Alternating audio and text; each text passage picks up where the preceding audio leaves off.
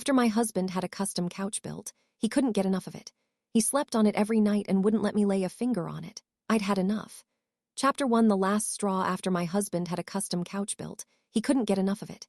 He slept on it every night and wouldn't let me lay a finger on it. I'd had enough. At our daughter's christening party, I came right out and asked for a divorce. Every face in the room turned toward me, eyes wide with shock. My husband took it a step further, splashing his wine right into my face. "Olivia, have you lost your mind? I never cheated. I never even looked at another woman. You want a divorce because I sleep on the couch." "That's right," I shot back without missing a beat. My answer hit Adrian Donovan like a slap, and his face darkened with rage. Our son broke into terrified sobs, and his grandparents rushed over to comfort him. Adrian's assistant, Vivian Walsh, suddenly cut in, her voice loud and sharp. "Olivia, do you even have a heart? Do you have any idea what Adrian has sacrificed for you? For this family? Are you blind? All because Adrian bought a couch and slept apart from you, you're throwing a tantrum on purpose." Adrian's father, Charles Donovan, had been listening from the sidelines, and the senseless reasoning only fueled his temper. "So that's it. Adrian slept on the couch because you just had a baby. Can you really not see he was thinking of you?" Every face in the room glared at me with rage hot enough to burn me alive. Seeing the room turn on me, Dad stood up and stepped in to scold me. "Olivia, we've all seen how good Adrian's been to you. If something's wrong between you two, just hash it out. Why throw the word divorce around like that?" Mom rushed over too, trying to soothe Adrian. "Adrian, don't let it get to you. Olivia's just being stubborn. You're a grown man, you don't need to be at odds with your wife." Then she turned to me. "Get over here and say sorry to Adrian, so we can move past this." Even the nurses and other patients in the ward stared, frozen in disbelief, but my voice didn't soften an inch. "Mom, Dad, I haven't lost my mind. I meant every word. This marriage is over." I pulled out the divorce papers I'd already prepared and slid them across to Adrian, my voice flat. "Sign it." Seeing how firm I was, Charles couldn't hold it in anymore and snapped at me. "Olivia, you have no heart at all. Adrian's broken his back working for you for years. Just when things are finally looking up, you ask for divorce. Is that fair to him? To his family?" Dad turned pale with rage at my stubbornness and raised his hand to strike me, but Mom seized his arm and held him back. He glared at me, breathing hard. "Are you trying to break this family apart? Whatever the problem is, we can talk it out. Why bring up divorce now of all times? Nothing to talk about." I turned to face Adrian. He let out a cold snort. "Olivia, tell me, why?" "No reason," I said flatly. "It's over between us." I had nothing more to say to him. I turned and started for the door. Vivian suddenly grabbed my arm and snapped at me. "You're not going anywhere. You're going to explain yourself." I pried Vivian's hand off mine. "You're his assistant. What I do is none of your damn business." She wouldn't back down. She grabbed my collar, her voice ringing with righteous fury. "Sure, I'm just Adrian's assistant, but no one with any conscience could watch what you're doing and stay silent. What woman could be as heartless as you? Adrian's out there working himself to the bone for you while you sit at home living the high life. Instead of being grateful, you turn around and ask for a divorce. Olivia, you're a disgrace to women. You're nothing but a gold digger." I wrenched her hand off me, my fist swinging before I could stop it. The punch landed with a dull thud. Vivian stumbled back and hit the floor, hand pressed to her cheek, eyes wide with shock. Adrian rushed over to catch her, shouting at me. "Whatever your problem is, take it out on me. Why drag innocent people into this?" Chapter 2:5, days watching me throw a punch sent Charles's rage into overdrive. "I must have been blind back then to ever let Adrian marry you." Once Adrian's mother, Hazel Donovan, helped Vivian back to her feet, Vivian's face crumpled into a wounded look. "Mr. Donovan, Mrs. Donovan, please don't blame Olivia. It's all my fault. I shouldn't have spoken up. I shouldn't have jumped in like that and upset Olivia. She must be hurting to act this way. The baby's right here. Please don't keep fighting because of me." Watching Vivian like that twisted something in Adrian's chest, he moved to comfort her. "Vivian, this isn't on you. You did nothing wrong." Then he rounded on me, voice rising in anger. "Olivia, you really chose our child's christening to ask for divorce. You think because I love you, you can do whatever you damn well please." Charles couldn't listen anymore. He stepped forward and glared at me. "Olivia, are you really set on this divorce? I bet you've got someone on the side. How else could you be cold enough to pull this at our grandchild's christening?" Realization dawned on Vivian and she rounded on me. "No wonder. I knew there had to be a reason you wanted out so badly. You've got another man. How can you face your child? Or Adrian?" Adrian's temper snapped. Olivia, don't tell me you actually have someone on the side. Kept backing Adrian up, but my face stayed blank. Whether there's someone else or not doesn't matter. What matters is that Adrian and I are getting divorced. Attitude finally pushed Charles over the edge. He jabbed his finger at the door and roared at me. Fine, you ungrateful little thing, you're not welcome here. The rest of you get out with her. You want a divorce, you'll have one. 5 days from now, see you in court. I'll make you give back every dollar you took from my son. My parents wanted to say more, but Charles and Hazel's vicious glares shut them down. Once we stepped out of the ward, Dad couldn't hold back. He grabbed my arm, his face full of confusion. Olivia, what's going on with you? You and Adrian used to be so good together. How can you just throw divorce out there at a time like this? He sighed and got lost in memories. I remember when you two first got together. You were head over heels for Adrian. You knew he worked hard, so you cooked his meals and waited up. You even taught yourself massage. How did we get here? Dad's words drew 2 silent tears from the corners of my eyes. I wiped my face and lowered my voice. Dad, that's all in the past now. Once I said it, I broke free from Dad's grip and headed straight for the elevator. Once I got downstairs, my old classmate, Malcolm Voss, was waiting by his car. Once I got in, Malcolm caught my expression and tossed off a teasing line. Been crying? Looks like the christening was even more of a show than I thought. I let out a bitter laugh. Don't tease me. I'll need your help with the court hearing in 5 days. I slipped on my headphones, pulled up a recording, and listened to it again, like punishing myself. Chapter 3, the morning after I didn't want to put Malcolm out, so I had him drop me at a hotel where I checked in. I lost track of how late it was when I finally drifted off into a fitful sleep. The next day around noon, a sharp knocking at the door jolted me awake. The moment I opened the door, a swarm of people pushed inside. One reporter shoved a recorder in my face. Ms. Winslet, why did you ask Mr. Donovan for a divorce at the christening? There's a rumor you cheated during the marriage. Is that true? You've been by Mr. Donovan's side since he started his company. Now you're being this cold to him. Don't you feel any shame at all? Flashbulbs popped in front of my eyes, and recorders and microphones jabbed inches from my face. The crowd held up their phones, live streaming and filming everything. Every one of them looked desperate to drag some juicy scandal out of me. The commotion drew more onlookers in no time. Once they caught up on the story, the onlookers turned disgusted looks on me, too. One female reporter elbowed her way to the front, her voice sharp. Divorce. MS. Winslet, sources say Mr. Donovan slept in another room throughout your recovery after the birth. Were the cracks in your marriage there long before today? Was bringing up at the christening planned all along?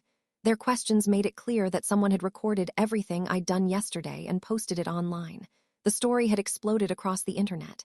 In a single night, I'd become the villain every corner of the internet loved to hate. I didn't need to guess who had done it. It could only be Vivian. I looked at the countless cameras and spoke in a level voice. I have nothing to explain. Answer sent the crowd into an uproar. A voice rang out from the crowd. Holy crap! If I hadn't seen this with my own eyes, I'd never believe a woman like this existed. She stuck with him through the grind, and now that he's made it big, she wants out. Someone else jumped in. Not hard to guess. She's got another man for sure. Probably wanted more in bed after the baby and Mr. Donovan couldn't keep up. A third agreed. You know what? You might be right. I really feel bad for Mr. Donovan. When that kid grows up and finds out who his mother is, he'll be mortified. Just as the chorus of insults was drowning me, my parents arrived on the scene behind Adrian. Gone was the fury from yesterday. Adrian's face now showed only worry. He pushed through the crowd to my side and spoke softly. Olivia, are you okay? I looked into the love in his eyes, shook my head, and stayed silent. Watching this, Dad couldn't hold back. His voice turned stern. Olivia, your mother and I thought about this all night, and we still can't make sense of why you'd suddenly turn on Adrian. I'm starting to wonder myself, is there actually someone else? So last night, we rushed a paternity test through. Adrian is the baby's biological father. How could you even ask for a divorce? As he spoke, Dad dropped the paternity report at my feet. I bent down and picked the report off the ground. Mom kept trying to reason with me. Olivia, Adrian saw the live stream of the reporters and the online attacks. He was so worried something would happen to you that he rushed straight over. Even his parents couldn't stop him. He's always thinking of you. You can't keep hurting him like this. Reasonable. Hurry up and apologize, admit you were wrong, and put this behind us. Mom and Dad's heartfelt pleas didn't move me at all. Right there in front of the whole crowd, I tore the paternity test to shreds. Chapter 4 The slap. Seeing this, Dad started shaking with fury. He swung his hand and slapped me hard across the face. Olivia, how long are you going to keep being this stubborn? Do you know how much Adrian has given to this family? Are you blind? The paternity test is right there in front of you. You'd still tear this family apart. The slap landed with a sharp crack, full force behind it. My cheek bloomed red and swollen within seconds. The crowd around me erupted into chatter. Some pointed at me, calling me cold-blooded and worse. Others held their phones up and lamented how cruel women could be these days. The love in Adrian's eyes had drained away completely, replaced by fury. As he looked at me, the last spark of hope in his eyes flickered out. Adrian, see you in court. My hand pressed to my burning cheek, my voice came out low but eerily clear. Adrian roared back. Fine, you're really something, Olivia, have it your way, see you in court. I didn't look at him. I just turned to the surging crowd, voice cold. Move. Mom and Dad reached for me again, but I shook them off. I pointed at the door. Get out, you're not welcome here. For the next 5 days, I shut off my phone and stayed alone in the hotel. It wasn't until the day of the hearing that I walked into the courtroom, right on time. Adrian sat at the plaintiff's table with our baby in his arms, the little one pecking up at me. Vivian sat pressed close beside him, her eyes locked on me with pure hostility. Both sets of parents sat in the gallery. Mom and Dad were sighing nonstop, while Charles and Hazel glared daggers. The moment I sat down, Mom leaned over and dropped her voice. Olivia, you need to apologize to Adrian right now and beg him to forgive you. Your dad asked around. In this situation, you're going to walk away with nothing. Vivian suddenly shot to her feet, pointing at me and shouting. Olivia, stop being so stubborn. Adrian said if you just apologize, he'll pretend none of this ever happened. Do you really want to walk out of this family with nothing? Charles slammed the table. HMPH.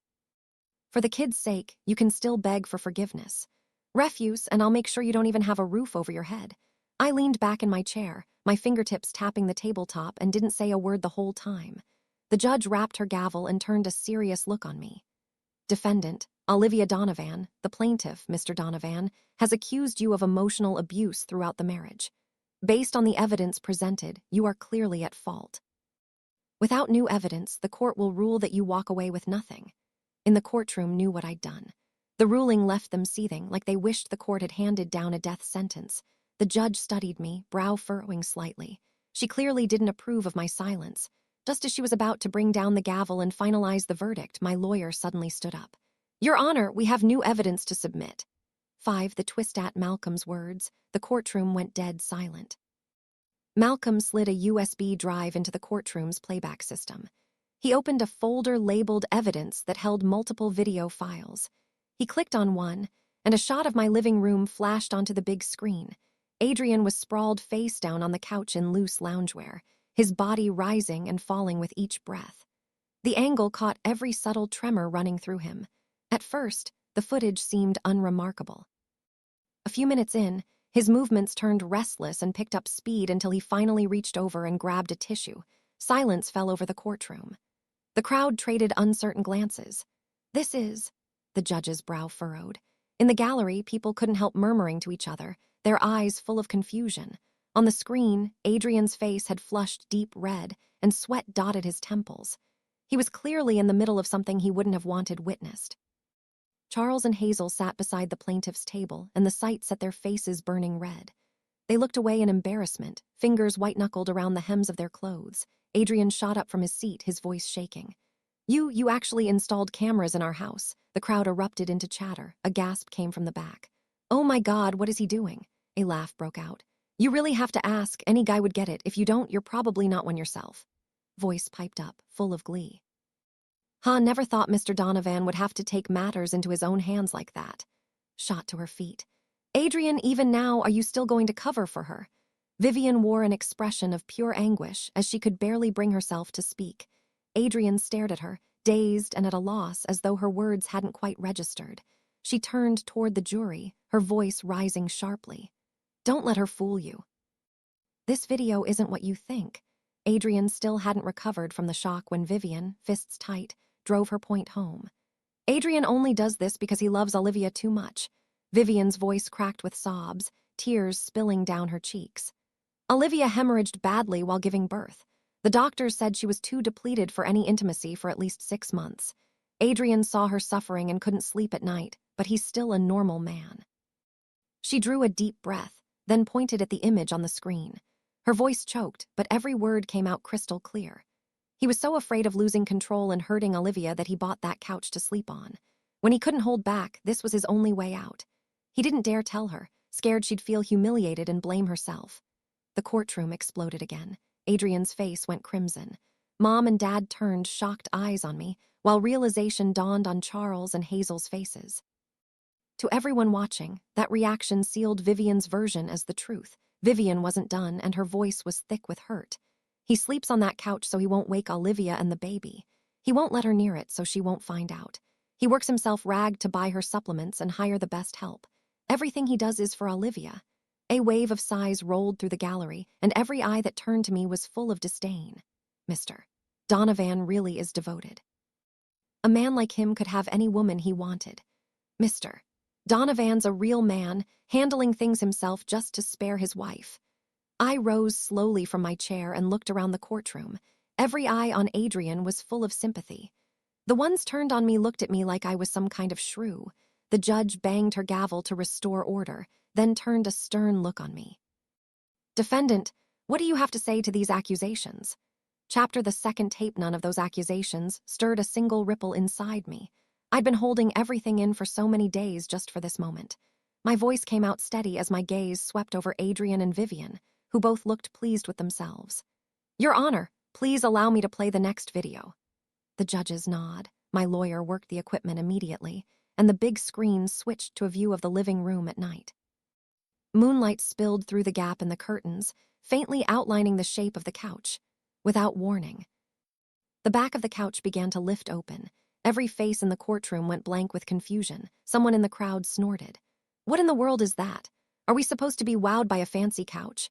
Wait, that couch does that. Stashing blankets in it is convenient, sure, but what's the point of showing us this now? Hold on, the way that couch opens up looks way too big to be normal storage. By this point, Vivian's expression had finally cracked, panic creeping in. Adrian's face had gone bone white, too. But I gave them no chance to catch their breath. The video kept playing on the screen. A shadowy figure climbed out of the couch. In the dim light, only a female silhouette was visible. She walked straight up to Adrian, curled on the couch, and slipped into his arms. The two of them started making out, and then they fucked right there on the couch. Just before dawn, the woman slipped quietly back into the hidden compartment of the couch. My lawyer played several more clips in a row, each one showing the same scene. Every single night, a woman crawled out of the couch and lay with Adrian. The courtroom plunged into dead silence. Everyone in the room looked stunned. A few seconds later, the chatter exploded across the room. Holy shit, is someone actually hiding in the couch? That's beyond messed up. No wonder he refused the bedroom and parked himself on the living room couch every night. This was the reason all along. Oh my God, I just said he was a good man, and now I'm eating my words. He hid another woman in his own house. If his wife had walked in, someone would have ended up dead. Olivia's the real victim here. Her own home turned into someone else's love nest. No wonder she pushed so hard for a divorce. She must have known. Who could stand that kind of betrayal? Sympathetic eyes turned my way, and everyone who'd been tearing me apart now looked ashamed. Adrian shot to his feet and started waving his hands frantically. That's not what happened. It's not like that. Don't listen to her nonsense. Watching the crowd's anger swing toward Adrian, Vivian leapt up to shield him, jabbing a finger at me. How do we know that shadow in the video isn't you, Olivia? Don't pull that crap, none of us are buying it. Her gaze flickered, but she forced herself to stay calm. Adrian wouldn't share a room with you because he cared about you. You've been bitter about it, so you cooked up this scheme. You hid in the couch yourself, faked all this, and recorded it to smear him so your divorce would look justified. Plenty of people in the room looked uncertain at her words. Yeah, the figure in the video is a dark shadow. You can't even see a face. Maybe she really did stage the whole thing. She brings out a blurry video like that. How do we know it wasn't faked on purpose? Right. What if she'd been planning the divorce all along and set this trap to corner Mr. Donovan? The accusations started up again, the crowd's anger swinging back at me. Adrian watched the crowd's resolve waver. A faint, almost imperceptible smile tugged at his lips, smugness all over his face. He likely believed the dim footage would never expose what had happened. I let out a cold laugh and tipped my chin at my lawyer. Play the next video. The screen abruptly switched to a daytime view of the living room. Sunlight poured through the window, lighting every corner. The couch was fully open, exposing the storage space inside. At that moment, a woman climbed out of the couch. She wore the same dark coat as the nighttime shadow, her hair slightly disheveled. She walked straight up to Adrian, casually slipping her arm around his shoulders. They whispered to each other, then exchanged smiles, all easy intimacy. The screen showed everything in crystal-clear detail. Vivian's face was unmistakable in the sunlight. Silence fell over the courtroom so thick you could hear people breathing. A few seconds later, someone sucked in a sharp breath, and a tidal wave of chatter broke loose. It's her, Adrian's assistant, Vivian. No wonder she kept defending him. This is what it was all about. What kind of assistant pulls a stunt like this? Hooking up with her boss like that? These two have been hooking up for who knows how long, and they had the nerve to smear Olivia. Toward the back of the room, someone got so worked up that they tried to charge forward and had to be held back by the people nearby. Adrian's smile froze on his face. His skin went paper-white in a heartbeat. Vivian shuddered head to toe, her legs buckling so hard she nearly hit the floor. Chapter 7, turning on each other, I watched the two of them flounder in front of the court, my voice cold. If they hadn't been bold enough to carry on in broad daylight, I'd never have evidence this clear-cut. The gallery erupted into chaos, the wave of chatter loud enough to rattle the roof. You really never know a person. These two cheating scumbags have no shame. Olivia got the worst of it. The people right next to her were plotting all along. No wonder she pushed so hard for a divorce. Who could stand a betrayal like this? I held up a hand for silence, my eyes sweeping over Adrian's ashen face. I pointed at the couch schematic on the screen. The base of that couch was hollowed out. There's a hidden compartment built into it, just big enough to fit a grown woman. Lawyer immediately dialed a video call, and the screen switched to a feed of my living room. In the feed, a technician was demonstrating how the couch worked. All it took was pressing a hidden latch on the armrest. The base slid out slowly, revealing a compartment nearly 4 feet deep. A medium-built woman climbed easily inside. Once the base closed, there wasn't a single hint anyone was hidden in there. That's just the first piece of evidence. I gestured for my lawyer to bring up the second video, and the screen filled with the face of the furniture store owner. "Sir, do you remember who custom ordered this couch?" my lawyer asked. The store owner nodded vigorously. "Yes, I remember. Last fall, a couple came in for a custom order. They asked for a hidden compartment in the couch and paid double the deposit. I thought it was odd, but they paid well and claimed a special purpose, so I went ahead. I took the phone and pointed the camera at Adrian and Vivian. I asked, 'Sir, take a look. Is it these two?' The store owner squinted, took a moment to study the screen, then said firmly, 'Yes, that's them.' The woman stayed glued to the man's side, and they made me promise to never mention this to anyone. Before he could finish, Vivian threw herself at me like a madwoman. 'You're lying. This is slander.' She lunged for the phone, but I sidestepped her and she went stumbling to the floor. By this point, there was no way to walk it back. Charles and Hazel stared at their son with eyes full of bitter disappointment. Adrian couldn't take it. He shrieked suddenly, jabbed a finger right at Vivian, and let loose. It was her. She put me up to all of it. She told me Olivia wasn't as young as her after the birth. She said Olivia didn't know how to take care of me, and she was the one throwing herself at me every day. She was the one seducing me the whole time. Watching her lover throw her under the bus, Vivian scrambled up and fired back. 'Adrian, that's bullshit. You're the one who paid me to be with you. You said Olivia couldn't satisfy you, and you've been wanting a divorce for ages.' The two of them tore into each other like rabid dogs, spitting out details of their affair to a glitto repeat. Adrian kicked Vivian to the floor and threw himself at me, crying, 'Olivia, I was wrong. I was so wrong. Please forgive me just this once.' He grabbed the leg of my pants, eyes brimming with tears. 'We still have our child. He's your own flesh and blood. For his sake, give me one more chance.' The child. I jerked my leg out of his grip, my voice cold as ice. 'You still have the nerve to bring up our child.' Chapter 8. The looked down at him from where I stood and pulled the voice recorder from my pocket, the one I'd had ready all along. I pressed play. After a few seconds of cold static, Vivian's flippant voice came through. 'Adrian, let's make the switch right after the christening. I've already handled the nurse. Both Bobbies are barely a month old. Wrapped in their blankets, nobody can tell them apart. We just swap them while Olivia's asleep, and no one will be any the wiser.' Adrian's voice followed right behind, kept deliberately low with a chilling edge. 'You sure about this? Can that nurse be trusted?' Vivian replied without hesitation. 'Don't worry. Her son is drowning in gambling debt. I gave her $300,000. That's plenty to keep her quiet. Let out a soft laugh. Once my child grows up as the Donovan heir, we can dump Olivia's brat with some farming family in the sticks. After you divorce her, the three of us can finally be a family. You really do think of everything. Adrian sounded pleased. Once the swap is done, I'll move some company shares into your name as a safety net for you and the child. Vivian's voice came back, a hint of worry creeping in. But what about Olivia? What if she catches on? Adrian's voice came back, careless. She just gave birth. Her head's all over the place. Plus, the Bobbies look enough alike that she'd never notice. And even if she did, no one would believe her crazy talk without proof. The recording cut off there. Dead silence dropped over the courtroom. Charles and Hazel shot up from their seats, hands trembling as they pointed at Adrian. Charles was shaking from head to toe with rage. He jabbed a finger at his son and let the curses fly. You bastard. What kind of monster turns on their own flesh and blood? How dare you? Hazel's vision went black and she fainted on the spot. By now, the gallery had already erupted into total chaos. Someone burst out. Oh my God, how could anyone be that inhuman? Plotting to swap their Al baby for the mistress, child, another shouted. And that assistant, those two are cut from the same evil cloth. No wonder Olivia pushed so hard for a divorce. If it were me, I'd have snapped long ago. The judge slammed her gavel down.